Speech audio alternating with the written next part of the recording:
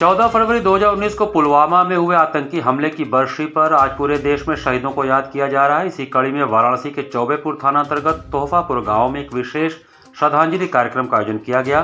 शहीदों की याद में 40 पौधों का रोपण कार्यक्रम के दौरान मीडिया से बात करते हुए मुख्य वक्ता ने बताया कि 14 फरवरी का दिन देशवासियों के लिए काले दिन के समान है। उन्होंने कहा कि आज ही के दिन 2019 में आतंकियों के कायरतापूर्ण हमले में हमारे 40 जवान शहीद हुए थे। उनकी पावन स्मृति में आज यहां 40 वृक्षों का रोपण किया जा रहा है। इस अवसर पर विशेष रूप से वाराणसी के लाल और शहीद जवान श्री रमेश यादव जी को याद किया गया। कार्यक्रम में उनकी पत्नी रेणु यादव भी मौजूद रहीं और उन्होंने अपने हाथों से एक पौधा लगाकर अपने पति और उनके साथियों के बलिदान को नमन किया। देशवासियों से भावुक अपील करते हुए वक्ताओं ने कहा कि आज के दिन जवानों की याद में पौधारोपण करें और उनके बलिदान को कभी न भूलें। उन्होंने कहा कि सीमा पर तैनात जवान -डिग्री तापमान में देश की रक्षा करते हैं, जिसकी बदौलत ही हम सुरक्षित वातावरण में अपने त्यौहार मना पाते हैं। हाल ही में कचहरी में ईमेल के माध्यम से मिले एक संदिग्ध धमकी पर प्रतिक्रिया देते हुए उन्होंने कहा कि सुरक्षा एजेंसियां सतर्क हैं।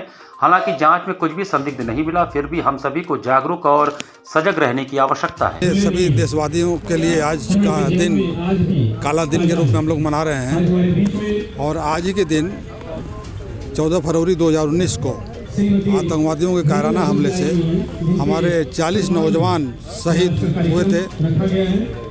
उन्हीं के याद में हम लोग आज यहाँ पे 40 वृक्षारोपण कर रहे हैं और हमारे बनारस के ही चौबेपुर थाना अंतर्गत तोहफापुर एक गांव है, जहाँ पे उस 40 जवानों में एक जवान बनारस का भी था जो अपना जान गंवाया। श्री रमेश यादव जी जो अब इस दुनिया में नहीं हैं, उनकी पत्नी श्रीमती रेणु यादव जी आई हुई हैं। उनके द्वारा भी एक वृक्षारोपण आज यहाँ किया गया है।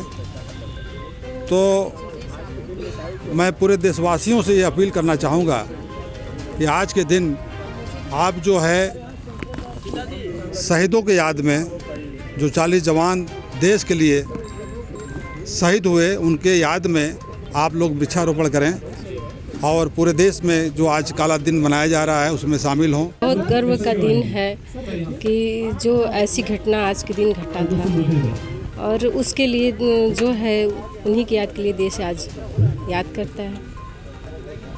मैडम ये बताइए कि शहीदों की स्मृति में जो सरकार ने वादे किए थे क्या पूरे हुए? वो तो वादे किए थे लेकिन नहीं, जैसा मतलब कहा गया था वो बनाया नहीं, मुझसे पूछा भी नहीं गया था।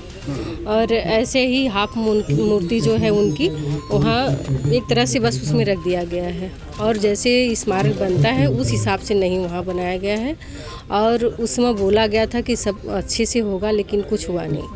जो कि वहाँ पे तो गेट ऐसा ही बना है, शायद हमारे हिसाब से ये अगल बगल ज़िले में भी वैसा गेट नहीं होगा। जैसा वो गेट बना करके वो चले गए और मुझे एक बार भी बुलाया नहीं गया था कि हाँ बन रहा है उनके नाम से गेट, तो आप आकर के देख लीजिए।